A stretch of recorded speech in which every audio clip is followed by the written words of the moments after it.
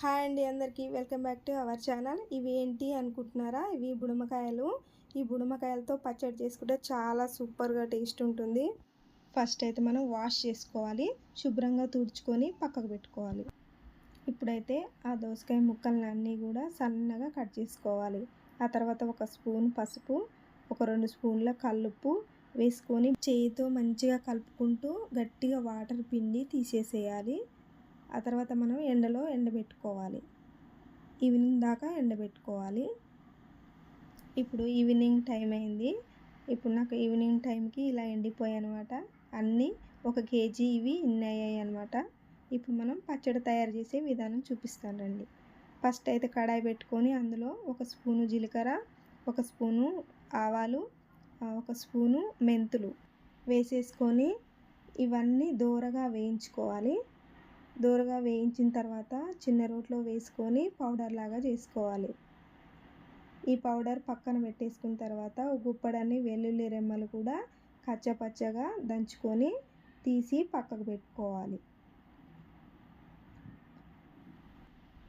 ఇప్పుడు స్టవ్ మీద కడాయి పెట్టుకొని మనం 1 కేజీకి 1/2 కేజీ ఆయిల్ పడుతుందండి.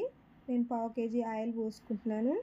బాగా వేడెక్కిన తర్వాత 1 స్పూను జీలకర్ర, 1 స్పూను ఆవాలు, కచ్చాపచ్చ దంచి పెట్టుకున్న వెల్లుల్లి రెమ్మలు కూడా వేసుకొని ఆయిల్ చల్లారనివ్వాలి. ఆ తర్వాత దోసకాయ ముక్కల్లోకి మనం నూరి పెట్టుకున్న మసాలాలు ఉన్నాయి కదా, అవి మెంతులు, జీలకర్ర, ఆవాలు అవన్నీ కూడా పౌడర్లు వేసేసుకోవాలి. ఉప్పు తగినంత వేసుకోవాలి. కారం నేను 1/2 కేజీ వేసుకుంటున్నాను. నేను ఫస్ట్లో కారం పట్టించేటప్పుడే అందులో ఉప్పు కలుపుకుంటాను నేను, అందుకే కొంచెమే కలిపాను. ఇదైతే సరిపోతుంది. ఆయిల్ చల్లారిపోయింది. ఇప్పుడు అందులో పోసేసుకొని చేయితో మంచిగా కలుపుకోవాలి. అటువైపు ఇటువైపు కలుపుకొని జాడీకి ఎత్తి పెట్టుకోవడమే. ఈ పచ్చడి అయితే నాకు ఈ జాడీ సరిపోతుంది. ఎంత కలర్ఫుల్గా ఉందో చూడండి. మీరు కూడా ట్రై చేయండి. సేమ్ ప్రాసెస్లో మ్యాంగో పచ్చడి, టమాటో పచ్చడి, దోసకాయ పచ్చడి ఇలా అన్నీ కొంచెం కొంచెం పెట్టుకుంటే ఎప్పుడైనా మనకు యూజ్ అవుతాయి. లాస్ట్లో మిగిలిన పచ్చడి దాంతో కొంచెం అన్నం వేసి కలుపుకొని తింటే ఎంత టేస్టీగా ఉంటుందంటే చాలా టేస్టీగా ఉంటుంది.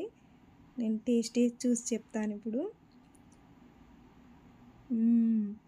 సూపర్గా ఉందండి. నాకు ఈ పచ్చడి అయితే చాలా బాగా కుదిరింది. సేమ్ ప్రాసెస్లో మీరు కూడా ట్రై చేయండి.